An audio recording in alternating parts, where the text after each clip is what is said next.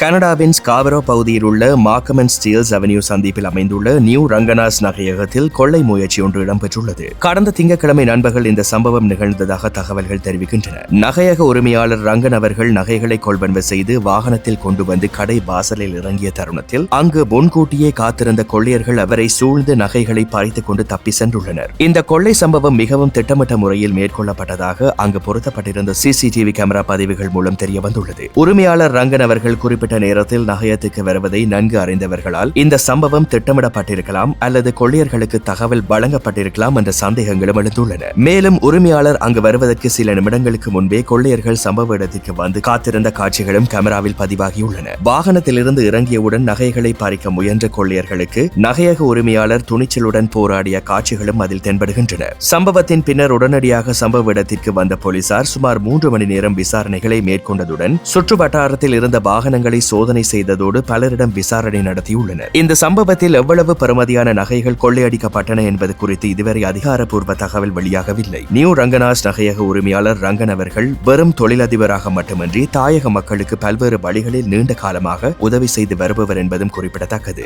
நகையகம் பாதுகாப்பு வசதிகளுடன் அமைக்கப்பட்டுள்ளதால் வெளிப்புறத்தில் இந்த கொள்ளை முயற்சி நடைபெற்றதாகவும் இது திட்டமிட்ட செயல் எனவும் ஆரம்ப கட்ட விசாரணைகளில் தெரிய வந்துள்ளது. எனினும் நகையகத்திற்கு வரும் பொதுமக்கள் எவ்வித அச்சமும் கொள்ள தேவையில்லை என்றும் தெரிவிக்கப்பட்டுள்ளது. இதற்கிடையில் நியூ ரங்கனாஸ் நகையகத்தில் நடைபெற்ற இந்த கொள்ளை முயற்சி கனடாவில் உள்ள தமிழ் நகையக உரிமையாளர்களிடையே பெரும் அச்சத்தையும் கவலையையும் ஏற்படுத்தியுள்ளமை குறிப்பிடத்தக்கது.